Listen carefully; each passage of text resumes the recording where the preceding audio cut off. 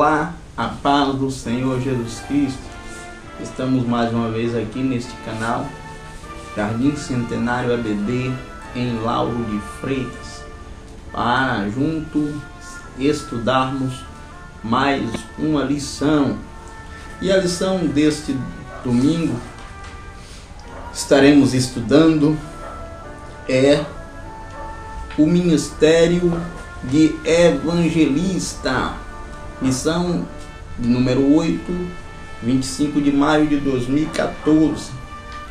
O texto áureo desta lição, amados e queridos irmãos, diz desta maneira: mas tu ser sóbrio em tudo, sofre as aflições e faz a obra de um evangelista, cumpre o teu ministério. 2 Timóteo, capítulo de número 4, versículo de número 5.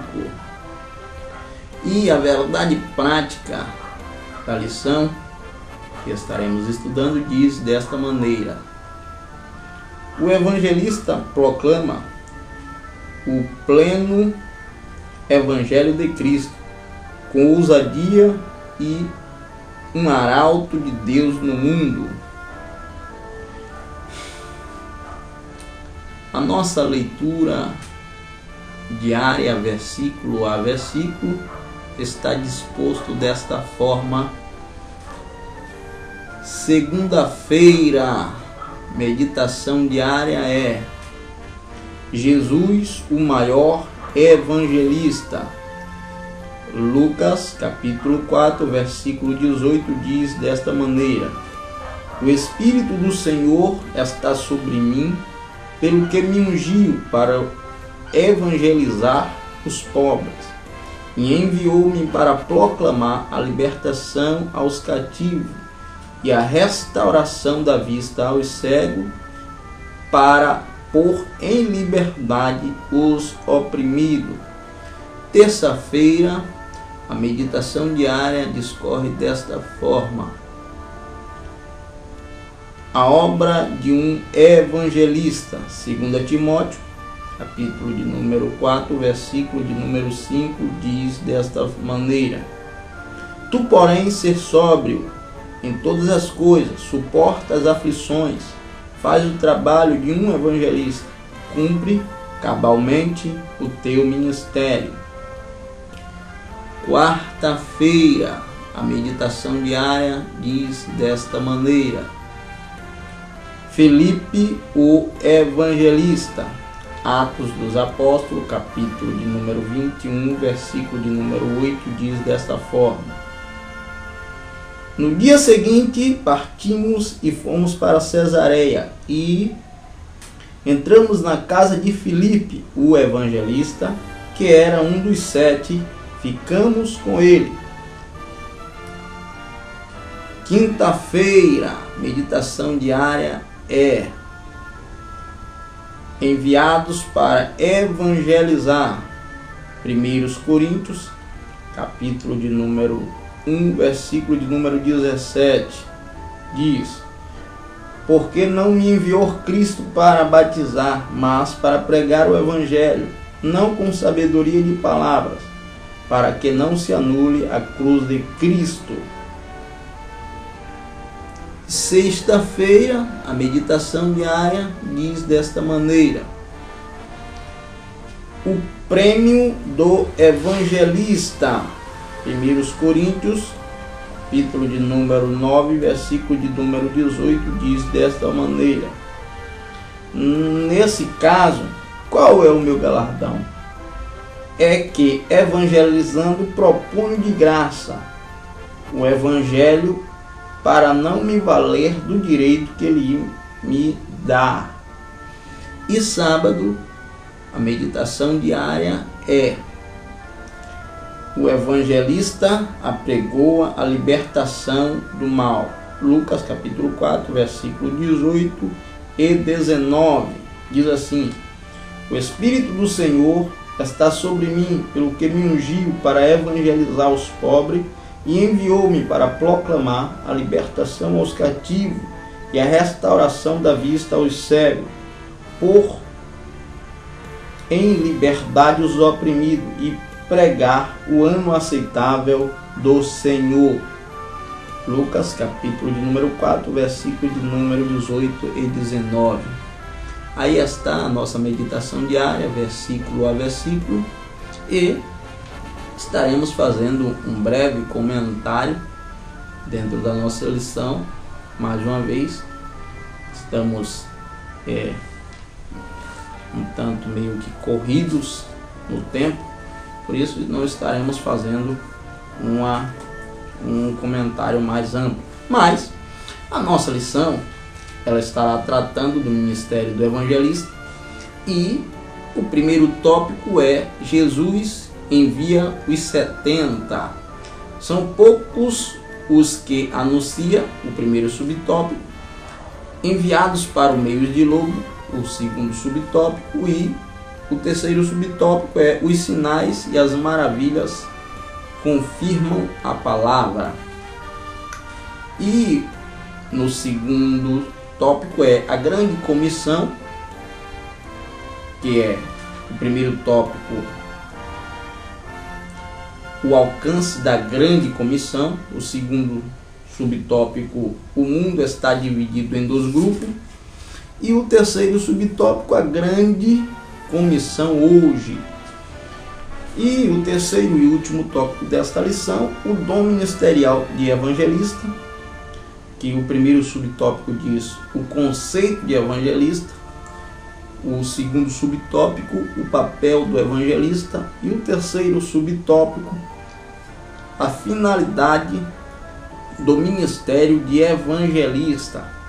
Estaremos estudando esses tópicos, os irmãos estarão falando e ouvindo os professores falar a respeito disso, porém queremos fazer algumas pontuações dentro desses tópicos, bem breve, nós não nos estenderemos muito, mas queremos estar sim fazendo alguns comentários. No primeiro tópico, irmãos, Jesus envia os 70, e o irmão pontua dizendo assim: são poucos os que anunciam. E é claro, se nós formos olharmos com o olhar humano, nós dizemos desta forma: mas tão grande é a quantidade de obreiro. E quando chegamos em algumas igrejas, é assim mesmo que nós observamos, os púlpitos cheios, nada contra os púlpitos estar cheios de obreiros, nada disso, não é nesse sentido que nós estamos falando. Mas algumas vezes aqueles que lá estão só estão preocupados em estar marcando posição dentro da igreja, e o que é necessário fazer dentro deste sentido da lição de hoje, que é proclamar o evangelho, que aí recai sobre todos nós, porque quando Cristo ele chama os seus discípulos e aqueles que ele aceita, ele diz algumas coisas interessantes. Dentre as coisas interessantes, ele diz: aquele que vem após mim, negue-se a si mesmo, toma a sua cruz de cada dia e siga. E a outra coisa interessante que ele diz é: ide por todo mundo e pregai o evangelho a toda criatura. Ele falou isso, Jesus falou isso, para todos aqueles que aceitavam e que aceitam a ele. Não é pura e simplesmente para um obreiro, e nem tampouco para um cristão que não é obreiro, propriamente dito, escolhido e separado pela igreja.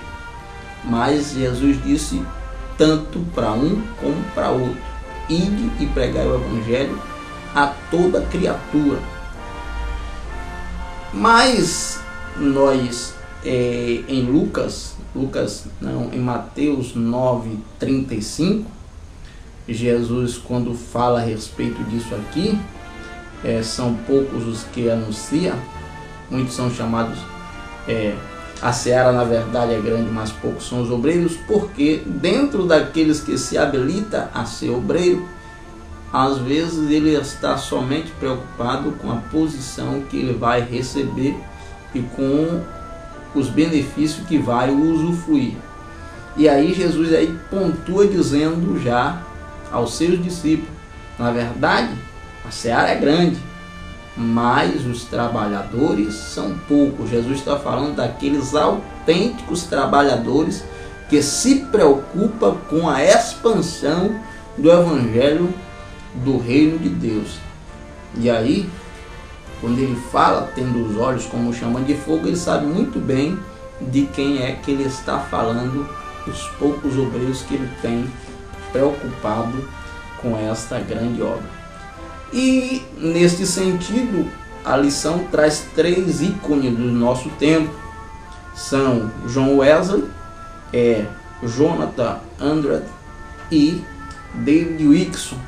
Esse terceiro é o mais recente ainda, dos nossos dias. Esses homens, você pode tirar nele o exemplo de que esses sim estavam preocupados com a expansão do Evangelho do Reino, não se preocupando com aquilo que eles iam faturar com esta expansão. O segundo ponto é enviados para meio de lobos. Então aí já vai reduzindo mais uma vez a quantidade dos autênticos evangelistas que Deus chama e escolhe. Porque se alguém foi chamado e não é verdadeiro, quando ele descobre que vai ser enviado para meio de lobos, ele diz: quem vai lá? Ir para meio de lobos é para quê? Para morrer, para ser trucidado, para ser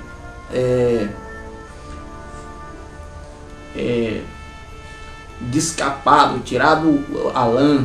Então, ninguém que não for o verdadeiro evangelista, aquele que se preocupa com o evangelho, vai querer ir para meio de lobos. Mas Deus nos envia como ovelha para o meio de lobos. E aí eu pontuei uma outra lição dizendo que o interessante, em uma pregação no qual eu estava pregando, é que o interessante é que Deus nos envia como ovelha para meio de lobos e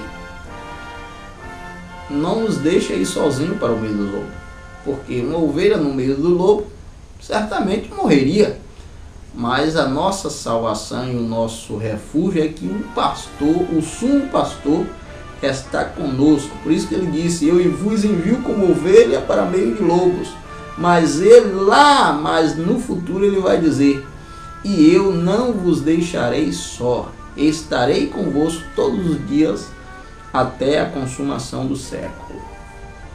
Terceiro ponto é os sinais e as maravilhas que confirma a palavra. Outra coisa que Jesus disse, que e os sinais seguiriam os que crerem.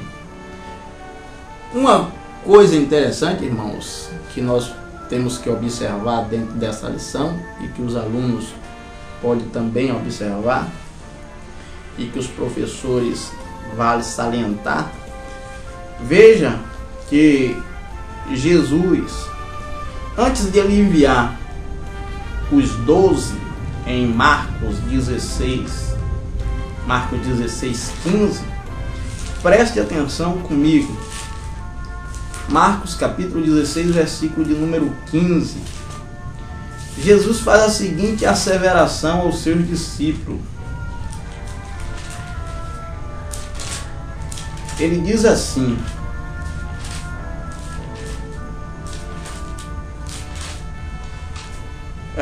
depois disso, manifestou-se em outra forma a 2 deles, que estavam no caminho para o campo. Indo eles a caminho anunciar aos demais. Mas também estes 2 não deram crédito. Finalmente apareceu Jesus aos 11, quando estava à mesa, e censurou-lhe a incredulidade e a dureza de coração, porque não deram crédito aos que tinham visto já ressuscitado. Veja o interessante, olhe bem, terceiro ponto. Os sinais e as maravilhas confirmam a palavra. Nessa passagem de Marcos 16, 12 ao 15 e ao 16, esses 11, os quais Jesus, no versículo de número 14, na parte B, ele censura-lhe a incredulidade e a dureza de coração. Estes 11 teria a responsabilidade de espalhar o evangelho de Cristo ao mundo da época, ao mundo de então. Mas como alguém iria espalhar o evangelho sendo incrédulo? Os 11 estavam incrédulos. E olha que a mensagem que eles iriam levar era: Jesus é poderoso, salva, cura, liberta, prepara o homem, leva para o céu. Essa era a mensagem que eles iriam pregar. E o que aconteceu? Outros vieram para ele antes de eles serem enviados e disseram: Jesus ressuscitou. Primeiro os 12 do caminho de Emaús, depois Maria e Pedro, que voltou do sepulcro. Jesus realmente não está lá. Eles não acreditaram. Quando Jesus aparece para eles, faz uma pesada advertência. E aí no versículo 14 diz assim, na parte B: e censurou-lhe a incredulidade e a dureza de coração, porque não deram crédito aos que tinham visto ressuscitado. Se eu que vou falar do Evangelho, se você que vai falar do Evangelho, você não acredita piamente no Evangelho, como é que as pessoas que lhe ouvem, que me ouvem, vai acreditar? Então, o evangelista, ele acredita de forma sobrenatural e ampla aquilo que ele está pregando. Por isso que Paulo, ele disse que ele não pregava o evangelho com sabedoria de palavras. Ele pregava o evangelho pelo poder de Deus. Porque ele cria, e aí eu me alegro numa passagem que o próprio apóstolo Paulo escreve numa de suas cartas aos Coríntios, porque ele diz assim: eu criei, por isso falei. Então, irmãos e queridos alunos, o evangelista, aquele que estará proclamando o evangelho, ele não pode deixar seu coração estar endurecido e estar incrédulo. Ele tem que ter a certeza daquilo que ele está pregando. E tendo a certeza daquilo que ele está pregando, crendo de forma sobrenatural naquilo que ele está pregando, aí os sinais e maravilha confirma a palavra que ele está pregando, que não é a palavra dele, é a palavra de Deus.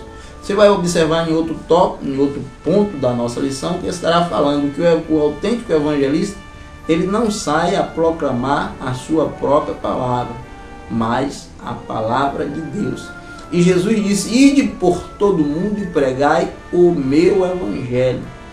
Quem quer for batizado será salvo, e quem não crer será condenado. E vale também observar que quando fala quem crer será salvo e quem não crer não será condenado, já está condenado. Porque Jesus mesmo, no Evangelho de São João, ele disse: eu não vim para condenar o homem, mas vim para salvar. Como Deus viria para condenar se o homem já estava condenado? O homem caiu no pecado e ficou condenado. Então ele veio para salvar o homem da condenação que ele já estava.